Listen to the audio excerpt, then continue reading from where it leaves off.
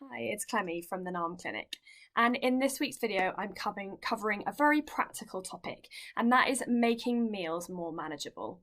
Now, a lot of us are eating more meals at home at the moment, and I've had lots of reports of people finding it quite overwhelming to think about, prepare and cook 3 meals a day. So I want to provide you with my 9 really practical tips of how to make it less overwhelming, but still eating a balanced diet for you and your family.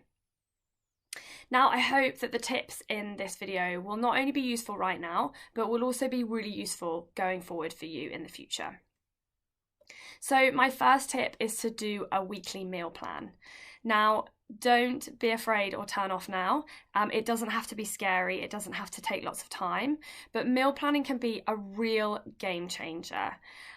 So getting a system in place that really works for you is really important. So I have a meal planning PDF, which I'll put on my website and you can download it, or you can write it on a piece of paper, or there are also meal planning apps that you can use if you prefer to keep things digital and on your phone.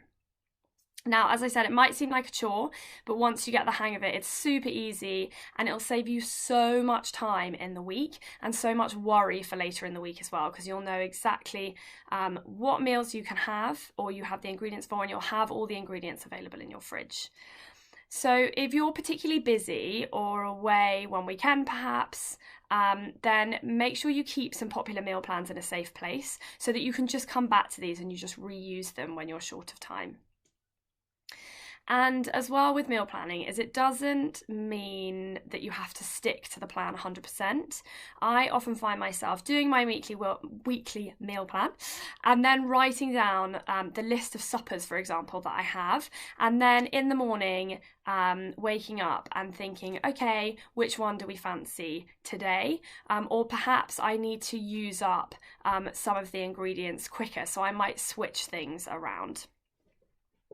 But as I said, meal planning is so useful and it's a real game changer. It not only allows you to stick to eating really good, nutritious food that's going to support you, but it also saves you money because you're not always going to the shop. And it also reduces waste, keeps supermarket visits to a minimum, which at the moment I think is a good thing. And also hopefully it'll help you to experiment with different meals and adding different variety to your eating patterns as well. And also it means that no matter how busy you are, you always know that there is something in the fridge or the freezer that you can go to eat. So number 2, this is all kind of following on from the meal plan, is when you're doing your meal plan before you start, do a stock check of your kitchen. So have a look in your fridge, have a look in your freezer, have a look in your cupboards and stuff, and have a look at what you've got. What have you got that are perhaps fresh ingredients that need to be used up? What have you got that are tinned ingredients that you can use in recipes? What have you got in the freezer that you can eat? And what this does is helps to keep your food waste to a minimum, but also gives you a list of ingredients as a starter to then build meals and ideas around for the week ahead. So number 3 is plan around your busiest days. So look at the week as a whole and look at which days are going to be busiest for you and when you're going to have less time to cook. And then start with these days and just put in simple, quick meal options on these days. So you know the ones that you can just throw together really quickly and easily. So my go-tos personally are leftovers from previous meals. Again, you can plan these into your shopping list. I'm going to come on to that a bit later. Also, a regular one for me is some gluten-free or lentil pasta with some lots of different stir-fried vegetables, some prawns in there that I keep in the freezer, some homemade pesto, and just all shoved together. It takes about 15 minutes to go together. Stir fries are also a really, really good one. Or a quick one pan dish that you throw all the ingredients onto a pan and you shove it in the oven and you can leave it to cook while you go off and do other things. So number 4 is preparing meals in advance. So trying to find some time during the week where you have a little time to spare so that you can prepare some meals can be really, really helpful. So for me, that's normally if I'm at home on a Sunday or perhaps a Monday evening, and I use this time to make some meals for either later in the week for lunches perhaps, or meals for my freezer when I know that for days or times when I know I'm not going to have time to cook. So really good options for these are perhaps roasting up a big tray of vegetables that you can then use in different meals later on in the week. So for example, for omelettes for lunches, or for frittatas, or to throw into salads for lunches later in the week. Or perhaps you can roast up a big chicken that then you can strip and then you can add that to meals later in the week.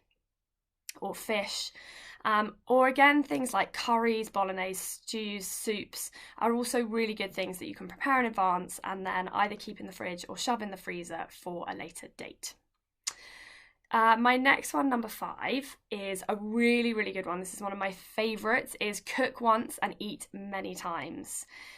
This is such a useful and easy thing to do. So if you're taking the time to cook, just cook extra portions and factor this in when you're writing your ingredients list for your shopping. So you can then cook perhaps 2, 3, 4 portions, and then maybe you have it for lunch or supper the next day or a couple of days later, or pop it in the fridge and then you know it's there for another time.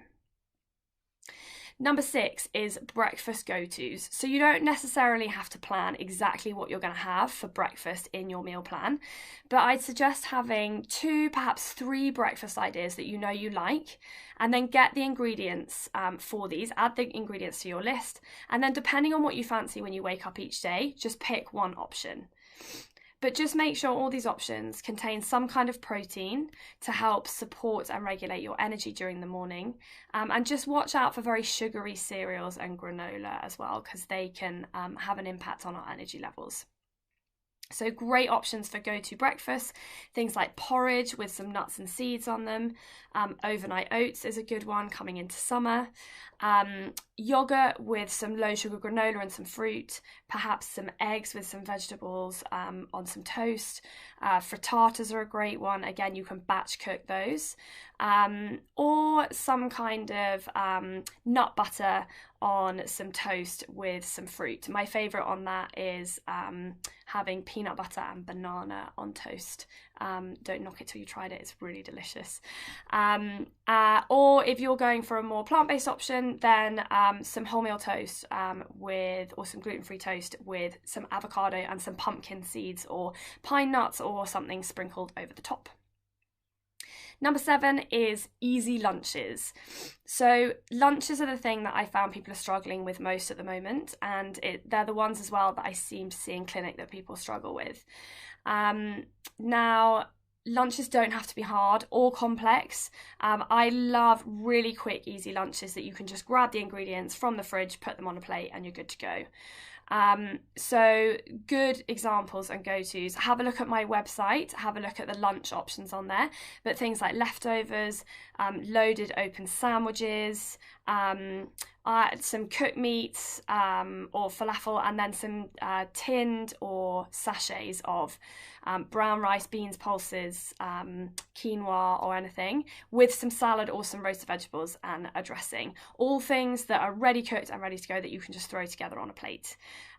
Eggs are another really good, easy lunch option. So omelettes, frittatas, eggs on toast. If you haven't had eggs for breakfast, then scrambled eggs with some avocado or salmon or some vegetables on toast is a really great one. And then soups is a good one as well. So using leftovers, odds and ends in the fridge, it couldn't be more simple. Just chuck some onions and garlic in a pan, chuck in all the leftover veg, put in some lentils and some chicken stock or vegetable stock, and then just simmer for 20 minutes, half an hour, and then blend up with a hand blender and you're all ready to go. Number 8 is where to get inspiration. So if you're not sure how to think of meals, then have a search online, have a look at my website, as I said. My go-tos for recipe ideas are things like BBC Good Food website, Jamie Oliver, Amelia Freer's website, and other good places are things like social media, cookbooks, magazines. And every time you come across a recipe that you like the sound of, either take a photo of it on your phone or take a screenshot. So then you have it to refer back to when you're going to do your weekly meal plans.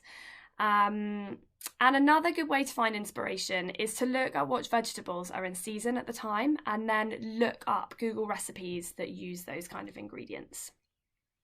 And last but certainly not least is keep it simple. So keeping it simple is the best way forward. So don't try to create really complex, long-winded recipes after a hard day at work, because when it comes to it, you won't feel like doing it.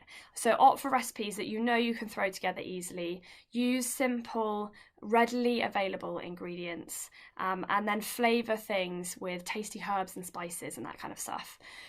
Focus on building that balanced plate at each meal. I've talked about this before in my videos, to help you get all the nutrients that you need to support your energy as well. So check out my balanced plate guide on my website to help you with that. And make sure that you have ingredients that are in the recipes that aren't kind of strange ones that you might not be able to find, because you may find you go to the supermarket, or if you do your delivery online, they might not have some of the ingredients, so you want to be able to easily swap and change ingredients out. Anyway, I hope that was helpful, and we'll see you again soon.